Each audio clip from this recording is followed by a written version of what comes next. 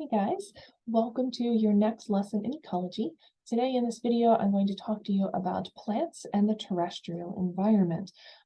In my opinion, it's impossible to talk about life on land without talking about plants. And so if you want to learn more about this content, in addition to what I'm talking about in the video, these are the chapters that you could reference. Lots of different chapters, pretty broad topic. And so in this lesson, I'm going to talk to you about how climate impacts vegetation. So these abiotic factors, similar to those that we talked about in our aquatic environment lesson, how do those factors impact the biotic community? So what organisms can live in a particular place? And so I ask you to think about what types of abiotic factors act as selective pressures for life on land. Right, so what is limiting, what is stressful to life that is going to exist on land? And so, of course, you can think of a lot of different types of factors that would be stressful on land that don't exist at all in the water. For example, gravity. Right, so if a plant, for example, wants to grow up, kind of out competing its neighbor so that it can access more light, it has to grow against gravity. In the sea, that's not the case really, right? So a multicellular alga can grow up, it can kind of float in the water column, doesn't need any special structures in order to stand up against gravity, as opposed to a tree needing to generate it or synthesize its own biomolecules to stand up and therefore access the light. Temperature fluctuations, not really a problem in the water. It takes a lot of energy and time to change the temperature of water. But in this terrestrial environment, for example, in Arizona, it can be 100 degrees during the day and like 40 to 50 degrees at night. And so in a 24-hour period, huge temperature fluctuations, right? If you live there, like you're always carrying both a tank top and a sweatshirt every single day, plants can't do that. And so that can be really stressful. Okay. UV radiation is a lot more intense on land as opposed to in sea, in the water, just because you don't have that water absorbing any of that radiation. Okay. And of course, we could go on and on, but the biggest one that I want you to think about through this lesson and beyond is desiccation. So water loss is a huge problem for all organisms that live on land as opposed to in sea.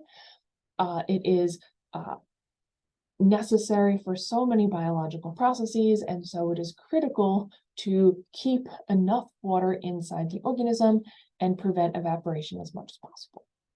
Okay, so of course, the abiotic factors of the environment are absolutely going to impact the biotic community, particularly plants here, but the plants themselves can also, in turn, develop their own abiotic conditions. Right? So the terrestrial environment is also formed by whatever dominant vegetation is present at that site.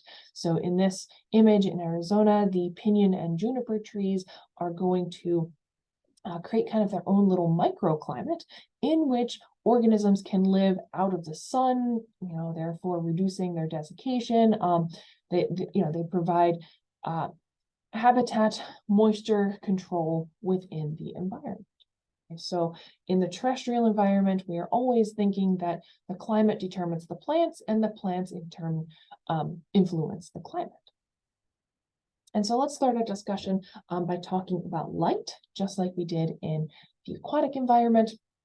When the sun's rays, when the light strikes a plant, just like in the water, some of that light is reflected and some of it is absorbed.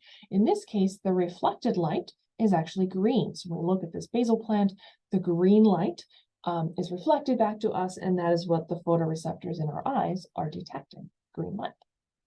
Okay. Red and blue light, on the other hand, is absorbed by the plant, and it's used to excite the photosystems within the chloroplasts, enabling photosynthesis, and therefore this generation, storage of energy within the plant. Okay.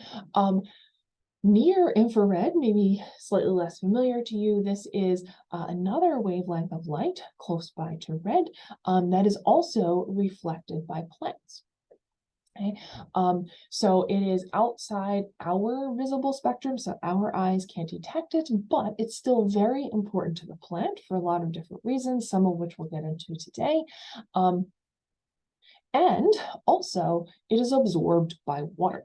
And since the plant is largely made up of water, there is a certain degree of infrared light that is absorbed by the plant. And so the more that's absorbed by the water, the more the plant's organs, the leaves in this case, would heat up in the heat of the sun. And so that poses some challenges for the plant, some of which we'll get into in this lesson. Okay. This image down here, what we're seeing is actually an aerial photograph of Algeria in which a certain imaging technology has been used, which assigns a color to light that is not visible by our own eyes, right? So in this case, near infrared light is colored red so that we can see it. And so we can detect, we can see how much near infrared light is being reflected in this environment. And so we can see the darker patches of red here, those are where healthy plants are reflecting near infrared light. So the darker red is the denser and the healthier vegetation. And so this type of imaging technology has been wildly helpful in many different types of ecological studies and others as well. But this reflection of near-infrared light can essentially highlight for us vegetation that is stressed. Okay, so what we can see in this study right here is that a group of scientists wanted to explore an area of northern Idaho that was very much impacted by bark beetles. And so bark beetles stress out coniferous trees, and they can ultimately kill them. And so instead of going out there over hundreds of miles and counting, this tree is alive, this tree is stressed, this one is dead, these scientists, Bray et al., used this infrared imaging technology to take a normal satellite photo like this, in which everything looks kind of green, kind of normal, maybe tiny patches of brown, but it's really hard to tell, like, is this alive, is this dead? We just don't know with this plain photograph. And so using this imaging technology, the scientists were able to turn the infrared or turn light different colors so that we can actually see it. And so the output is something that looks like this. The green or the dark green is a live tree, so trees that have not been killed by bark beetles, and the red is actually what has been killed by the bark beetles. And so this image is much clearer than this image here in pointing out kind of the pathway of devastation caused by these beetles. All right, another example here, looking at how much vegetation recedes when there is a drought, when there is a dry period that is experienced. So again, abiotic factors influencing biotic factors. So this study was conducted in Nepal. There's a dry season in the wintertime, wet season in August. And so here we see just what a satellite image of this environment would look like during the wet season. So it's really difficult to tell what's going on here. Yeah, we see a lot of green, but it's really hard to see exactly where the vegetation starts and stops. And so if the near-infrared light is colored darker green, so we can see it, it is much easier to tell what is dense, healthy vegetation, so all around in here, as opposed to no vegetation, like maybe over here. And in the dry season, we can see that this, the healthy vegetation has receded just to this particular area of the watershed because of the drought. Okay, so super useful in research, but not only useful in research, of course, very useful for plants as well. Okay. Light, of course, is critically important in determining how much a plant can grow and how successfully the plant can grow. But just like we saw in the aquatic environment, in the terrestrial environment, not every plant, not every leaf receives the same amount of light and the same type of light. So the quantity and the quality of light reaching all the way through the upper parts of the canopy, all the way down to the forest floor is going to vary considerably. And it varies not just by the weather, right? Is it sunny today? Is it cloudy today? Is it nighttime? But also by the vegetation that is living above. Okay, so the biotic environment is going to change the physical environment for plants in the understory. And so to walk through this, I wanted to give you an example from a paper from a study in Africa.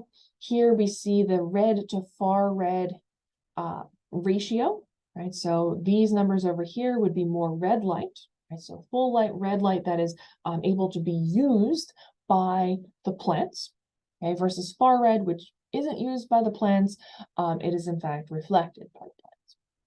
And then on the y-axis, we have transmittance. So how much of this light is actually being transmitted all the way, how much is reaching all the way to the forest floor. Okay?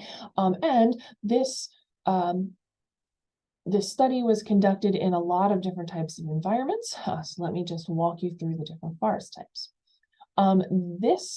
These dots here are representing how much light, and of course what type of light, is getting all the way to the forest floor in a savanna or in a grass or a thicket, a grass environment. Okay, so what we can see here is that most of the light that is getting to the ground is over here, as opposed to in an angiosperm canopy, so in these broad-leaved plants, what we can see is that a little bit lower transmittance, so less light is actually getting all the way to the forest floor if there are broad-leaved trees in the canopy. A conifer canopy, what we can see here is that still relatively lower light is actually getting all the way down to the forest floor, but the type of light has changed a little bit, right? So still more of that red light, right? Not the reflected light. Okay. This particular conifer canopy, kind of solid canopy, but if you look to a conifer gap, so like a gap in between the branches, or maybe a tree has fallen down, what we see is a lot more light is able to get all the way to the forest floor. And so there's a lot of different factors, a lot of different moving parts in this graph, and of course in the study itself, but I just wanted to point out that amount of light, type of light is not the same in every terrestrial environment. It is very much determined, it's influenced by what types of organisms, what types of plants are in the canopy. Okay, so we can see that these leaves are all different shapes, different numbers of leaves, right? So is there a gap or is it a solid canopy? And the orientation, are they standing upright? Are they off to the side, etc. In your book is this image here. What this is showing us is the photosynthetically active radiation. So essentially the light that plants can actually use, how much is being reflected, how much is actually getting to plants at different levels of the forest. And in general, what we can see is that essentially less than 10% of the light actually makes it all the way down to the forest floor. Okay? Some of it is reflected. In a forest, maybe 10% is reflected. In a grassland, maybe 20%, so even more is reflected. A good portion is being absorbed by the plants itself, so the plants higher in the canopy. And so here we see that there is a benefit to synthesizing lignin and cellulose, for example, to grow up higher, to actually have access to more light, as opposed to these plants down here, lower in the canopy, they get much less light. Therefore, they are able to conduct less photosynthesis. And of course, a forest is much different than a grassland in terms of how much light is penetrating to the floor. Okay. In general, red to far red decreases the closer you move to the floor. The red light is being absorbed by plants, and far red is being reflected. And so this is important to the plants, right? So like, why do we even care about this near infrared light in the first place? Why are you talking about this so much? Well, near infrared is not absorbed by the plants, but it can be detected by the plants, and it is going to determine the different abundances of what are called phytochromes within the plant itself. And so without getting into a lot of plant physiology, I just want to point out that phytochromes are these photoreceptors in plants. So essentially, this is how the plant sees where the useful light is versus the non-useful light. It's how the plant sees, like, oh, I'm growing in a shadow. Maybe I could grow over here and actually have access to light. So again, phytochromes are how plants see. It's how the plant is informed and can make decisions on kind of where to live. And so in this image here from this paper, what we can see is the plant kind of measures with these molecules here, how much red light there is versus how much far red or near infrared light there is. And that ratio is essentially going to determine whether the plant germinates, so whether it's going to sprout, whether it is going to grow, whether it's going to have leaves or flowers or drop the leaves. So all of these different events in the plant's life are to some extent influenced by how much normal red light there is, right? Useful light, versus how much near infrared light there is, so how much shade there is around the plant.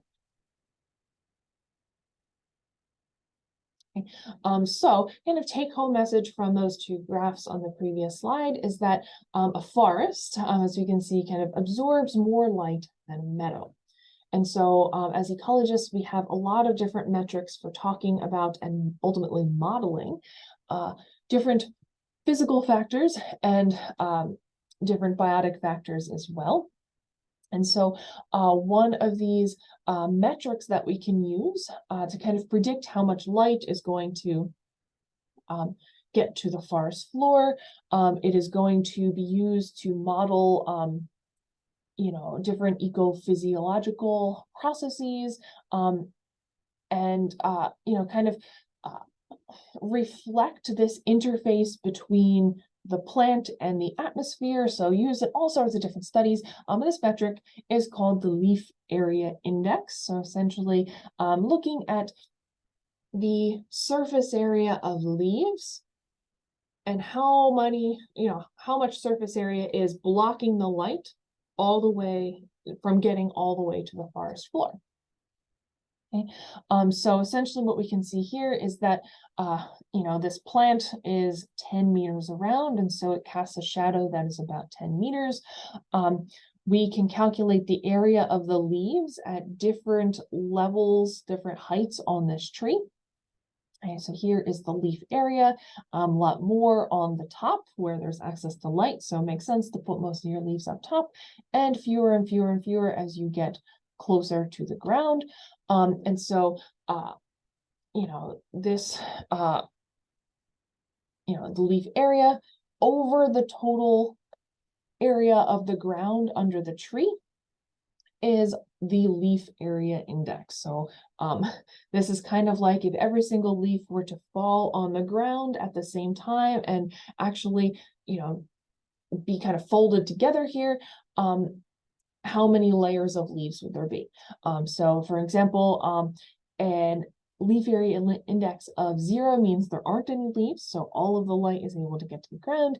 A leaf area index of 3 indicates that there are 3 meters squared of leaf area over each meter squared of the ground.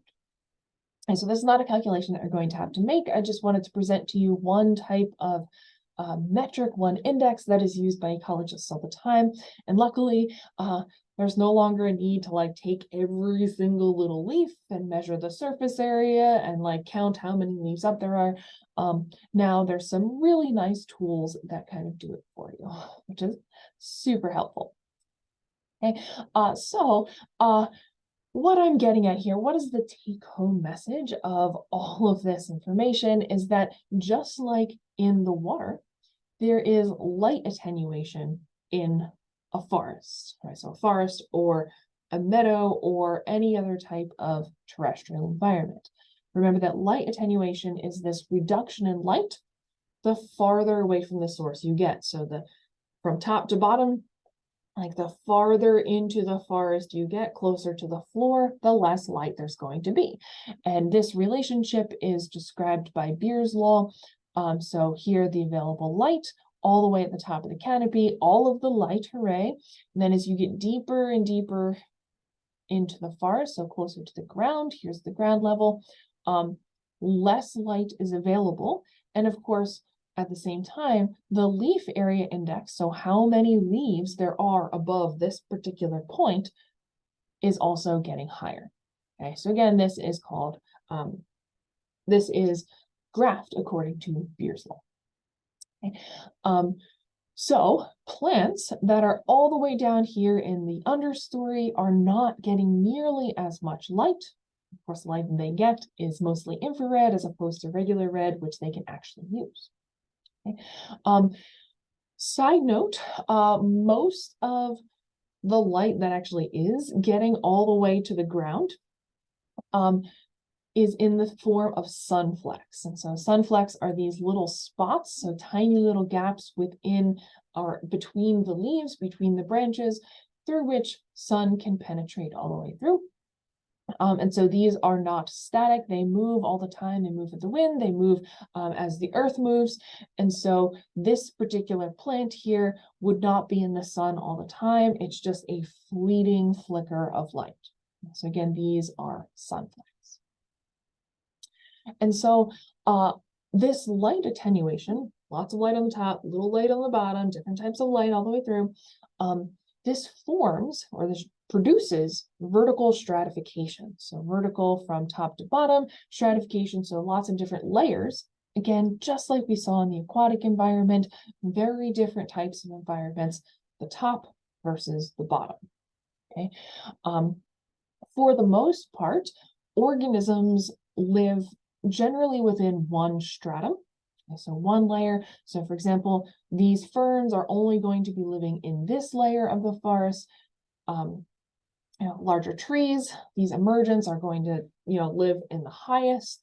And of course, the other organisms that live on these plants or within these plants are also going to be isolated within their own niche or niche at different places in this or in these strata. So here we can see different reptiles. Certain species live in this layer, other species live in this layer, and other species still live in this layer. Okay, so each organism adapted to its own physical environment, which of course is formed or at least highly influenced by the plants themselves.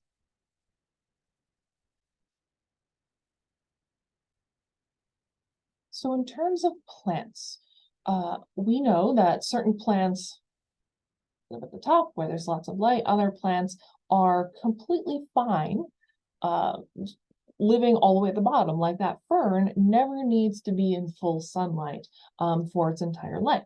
It just kind of scrounges whatever light it can get in the shade of other trees. And so to think about this, we have to understand a little bit of physiology of the plants. So in general, plants, of course, as we know, complete photosynthesis. But the strategies of different plants, so emergent plants always in the sun versus shade-tolerant plants, those ferns all the way at the bottom, the strategy for undergoing photosynthesis is a little bit different depending on essentially where you are adapted to live. So let's think about this trade-off for a moment in photosynthesis. Okay. This image here is part of the chloroplast, right? So what you can see is wavelengths of light. We know that red and blue are absorbed by the chlorophyll pigment within the chloroplast. And essentially, this light has lots of energy, and what harnesses that energy is, essentially involves the electron transport chain and forming these molecules ATP and NADPH. Essentially holding on to harnessing that energy from the sun. Okay, so photosynthesis, of course, requires energy in the form of light. Okay, so that's the energy, and the plant can make more or less chlorophyll. More chlorophyll means the ability to harness more energy. Less chlorophyll means less ability to harness energy. Okay. The other part of this puzzle, the other part of this story, is the actual creation, the synthesis of biomolecules. So the synthesis of sugars, right? So sucrose, glucose, starch, and other types of biomolecules. So in order to make the molecules themselves, to store the energy for the long term, the second part of the story is the plant needs some kind of reactant. It needs a material to actually make those biomolecules with. And so that material is carbon dioxide. Okay, so we use carbon dioxide, kind of put multiple carbons together to create these biomolecules, these energy molecules that can store the energy for a long time. So the enzyme that is responsible for fixing this carbon dioxide, so pulling it from the atmosphere, and actually, allowing it to be used, allowing it to be incorporated into the photosynthesis process, that enzyme is rubisco. Okay, so rubisco fixes carbon dioxide. It allows the plant to harvest this material. Together, photosynthesis requires energy, requires material in order to ultimately make the sugar. Okay. The thing with rubisco, however, is that it is really expensive for the plant to make. So it takes a lot of energy in order to actually make this enzyme to make more energy. And so plants generally don't make rubisco unless they are able to complete the entire process, unless they have enough energy, enough sunlight in order to complete the process. Okay, so once all of this enzyme is in use, okay, so you make a teeny little bit because it's really expensive to make, but once all of that enzyme is in use, even if there's more sunlight, even if there's more energy, you can't photosynthesize any faster. So really, the limiting factor here in photosynthesis is rubisco. Okay, it's really expensive. They don't really make it that much unless they have a need to make it that much. So with that in mind, I ask you, right, which pigment, right, which molecule here, chlorophyll or rubisco, which one of these would an understory shrub, so the fern all the way on the bottom of the forest floor, which one would make more sense to make more of in the forest floor? Okay. So I would propose that when light is the limiting factor, such as in this understory shrub, you want to be able to harvest any possible photon you can, right? Anything that is making it all the way to the forest floor, you should be able to harvest, okay? And so you should be making more chlorophyll, right? Rubisco is really expensive, and so you should invest your time, your energy into making chlorophyll. On the other hand, if you are an emergent tree, right, all the way at the top, tons and tons of light, your limiting factor is probably going to be rubisco. And so you do not want to have all the energy in the world, but then not have enough rubisco to be able to complete the process. And so at the top, right, emergent canopy vegetation, generally those plants would make more rubisco. All the way at the bottom, generally they would make more chlorophyll. Okay. This graph, also from your book, is showing you these kind of two opposite strategies for plants to take. And the examples that are being used are a pine tree, black pine, and acer. So this is a maple tree. One is shade intolerant, the other is shade tolerant. On the x-axis, we see the photosynthetically active radiation, so red and blue light, essentially, and net CO2 uptake or net photosynthesis, so essentially how quickly these plants are able to take up CO2 to produce glucose, for example.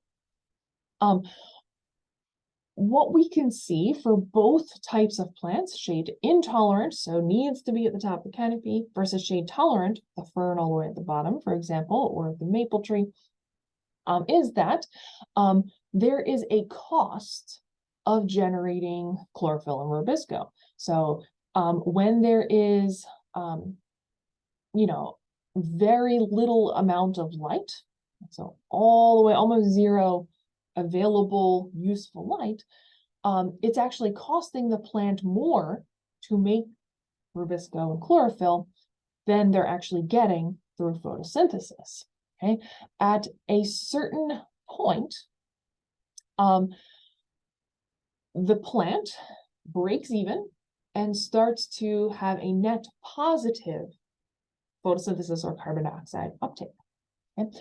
For the shade tolerant tree, there is a lower point at which the plant can actually begin photosynthesis and therefore start making back the money, right? The resources they invested in making chlorophyll and rubisco. Okay, so it takes less light for shade tolerant plants to begin photosynthesis than it does for the shade intolerant plant. So it would take more light for the pine tree to start photosynthesis than it would for the shade tolerant tree. Okay. The cost, right?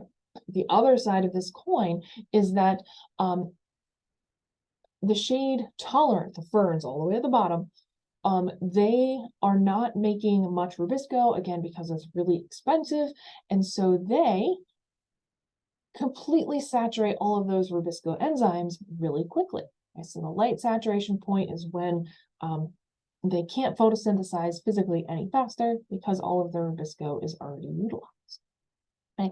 On the other hand, the shade intolerant trees puts more of its energy into making rubisco. So as long as there is enough light here, they are able to keep on track and have more and more and more photosynthesis occurring because they have more rubisco.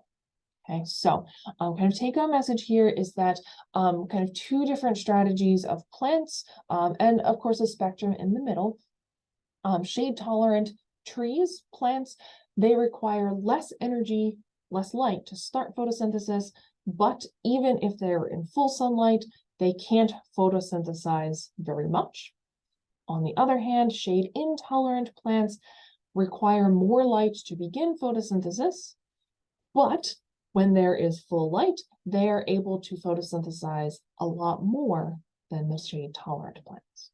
Okay, so two different strategies, of course, both of which produce successful plants. And so maybe you guys already have kind of a decent concept of this, particularly if you are a gardener. So when you go to the garden center, you might see tags that kind of look like this. All right, so some plants are great in the full sun. Some plants need kind of a medium amount of sun. Other plants need like almost no sun. If you put this plant into this environment, it'll die. If you put this plant, in the front yard where there's full sun, it's going to die as well. Okay, so different plants, right, that you can plant in your garden or otherwise exhibit these different strategies. One example from the pine barrens is Atlantic white cedar. These plants are obligatory sun species. So they need full sun. They are highly shade intolerant. And so for a while, and still actually, these were a very commercially valuable plant in this area. And so logging companies would come in and they would clear cut and, use the lumber and sell it and everything. And that clear cutting would actually promote the next generation of Atlantic white cedar to grow back. However, clear cutting looks it's kind of scary, really sad to take away all of the vegetation from an area. And so, even if you do not clear cut, if you leave some of the trees there and just like selectively cut, it actually harms future Atlantic white cedar from coming back. So any kind of shade actually inhibits their growth. They need to have completely clean slate, all of the light available to them. They are really not good at growing in the shade. However, of course, they produce a ton of shade, and hopefully this semester we'll get out and we'll go see an Atlantic white cedar swamp. These ecosystems are very dark, very shaded, and therefore different organisms like this sphagnum moss here is able to grow in the shade beneath the trees. Okay. Nothing for a plant is more important than its leaves, right? Leaves are needed for photosynthesis, right? They are needed to maintain water. Right? Again, desiccation is really the biggest stressor on plants. Water sometimes isn't a factor, but photosynthesis always is. And so, moving from place to place really isn't an option for plants as opposed to animals. They can't go to a place that's warmer or cooler or has more or less light, more or less water. And so they move their leaves, right?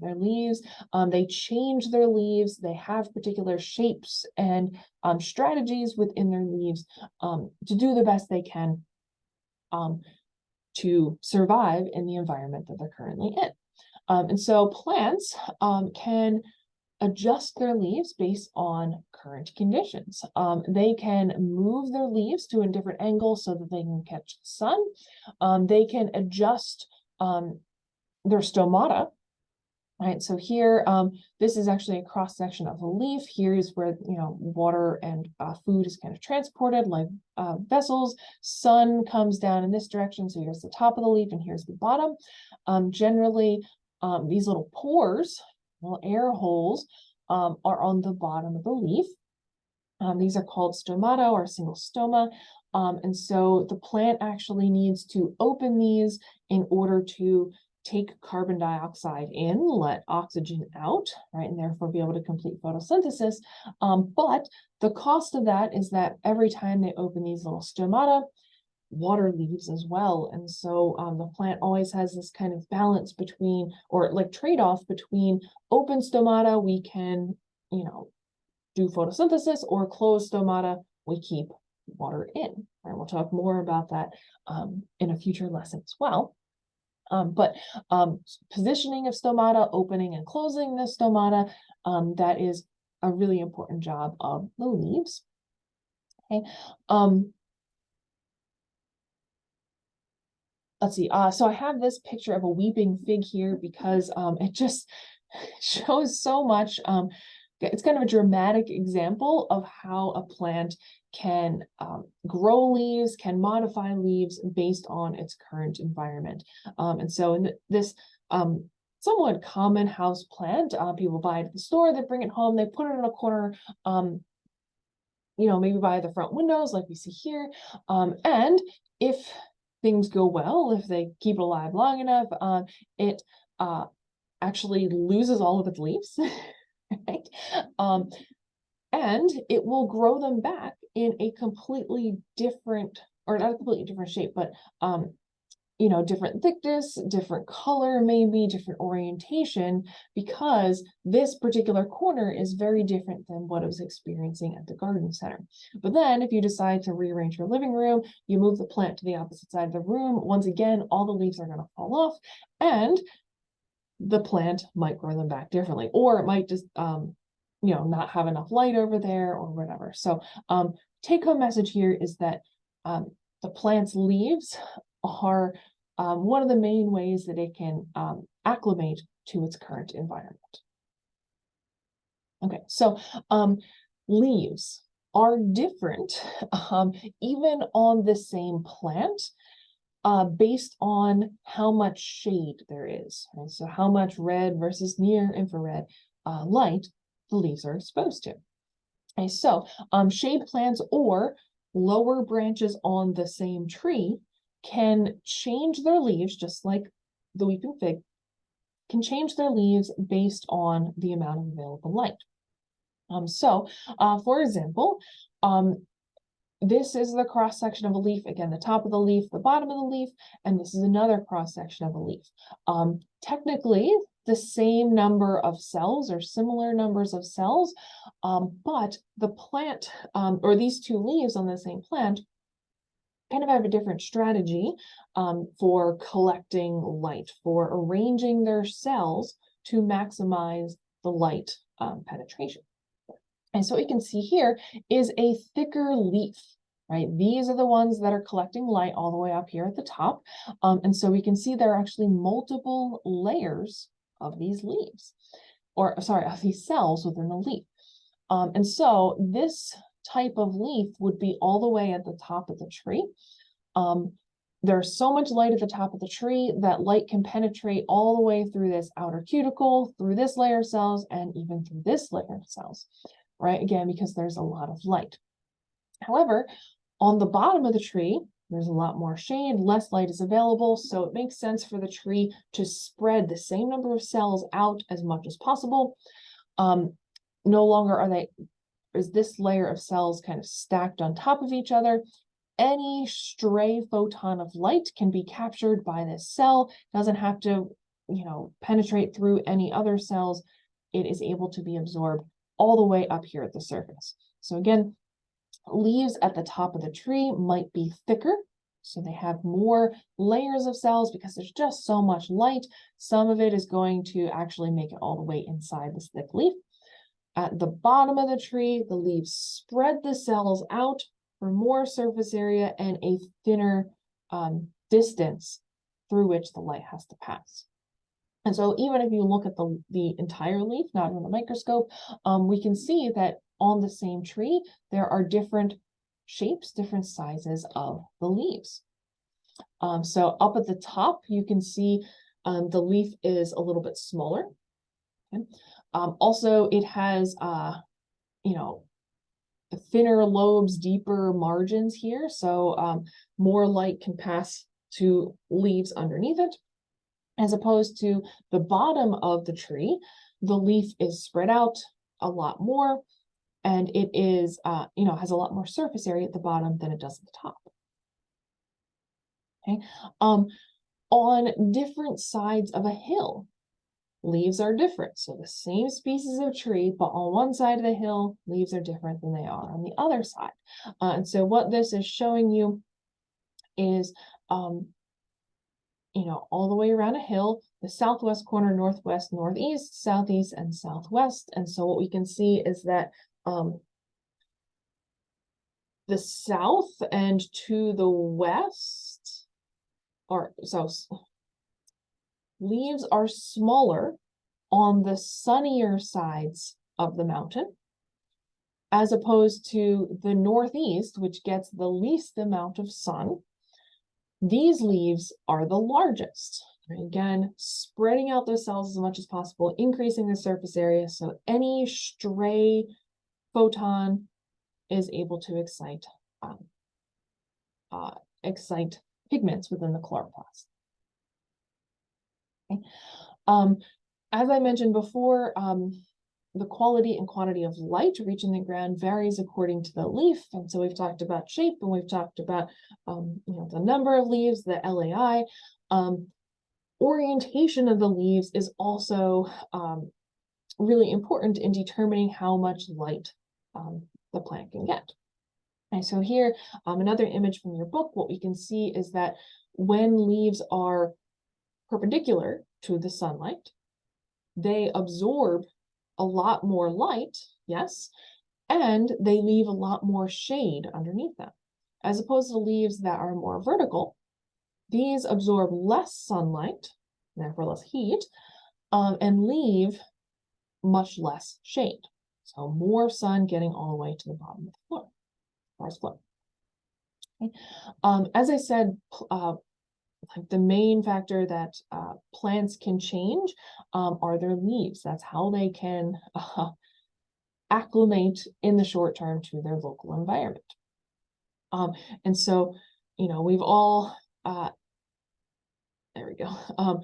So sunflowers are kind of a great example of this. They can actually move to follow the sun, making sure that they get the most light they possibly can over the course of the day. Okay, it's not just sunflowers though.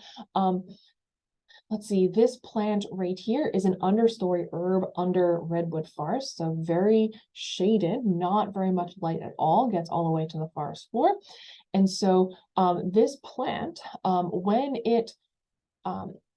a sun fleck hits it, and so a little patch of light, right, the sun is at just the right angle and the leaves move in just the right way, this plant can actually move its leaves to see, right, to have direct, or to have the sunlight directly hit it, and then they can close up again, or they can move again after the sun fleck has passed. And so that is what this here is showing you. Here's the leaf angle.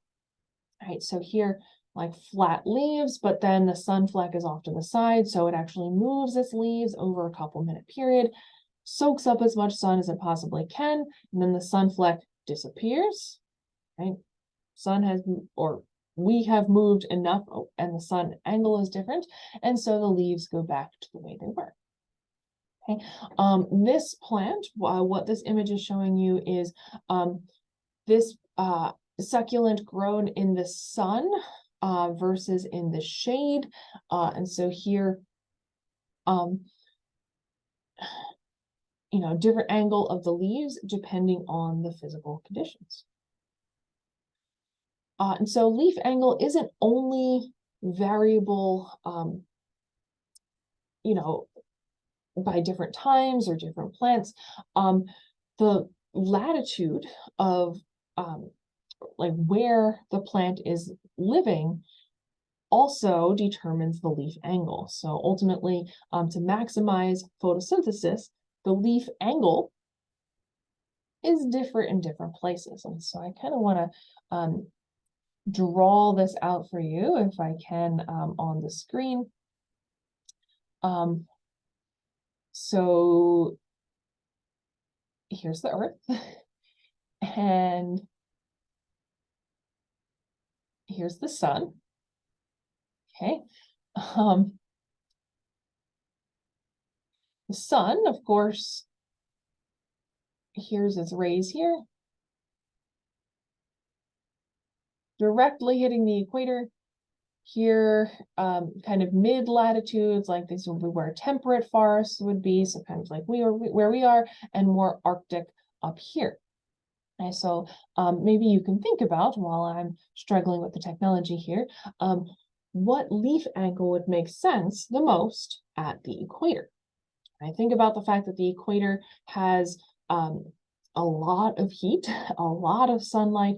Remember that near infrared radiation is absorbed by water within the plants. And so in rainforests, maybe it makes sense to not have completely flat open leaves absorbing all of that sun. Like there's plenty of sunlight, we don't need to absorb all of it. And so maybe the trade-off here is that, the plant shouldn't heat up as much. And so maybe the leaves could stand straight up to not absorb quite so much heat.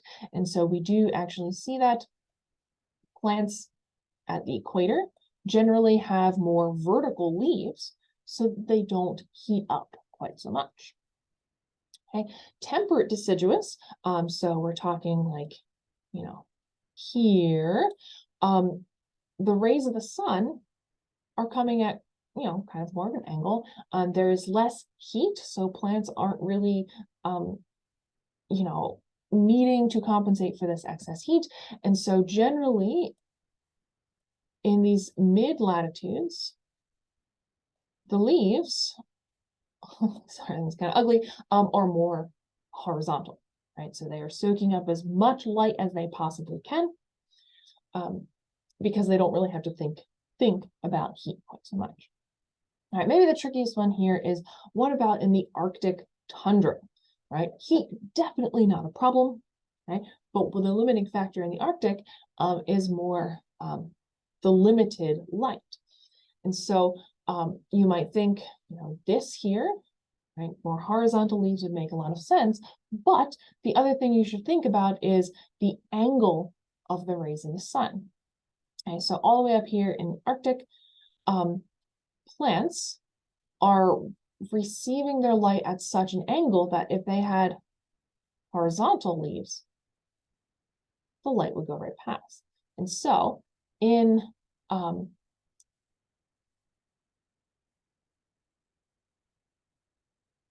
the Arctic, generally leaves are also vertical. Okay, therefore getting as much sun as they possibly can at this really steep angle. Okay, so hopefully that makes sense. If not, definitely ask about it in class. Okay.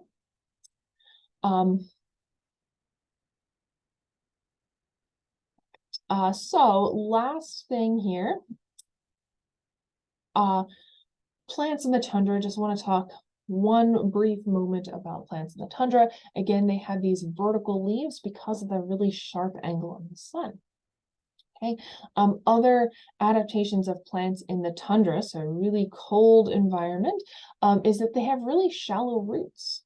Okay, so these roots can't really penetrate too much because for the most part, the ground is frozen, right, just a few inches under the surface.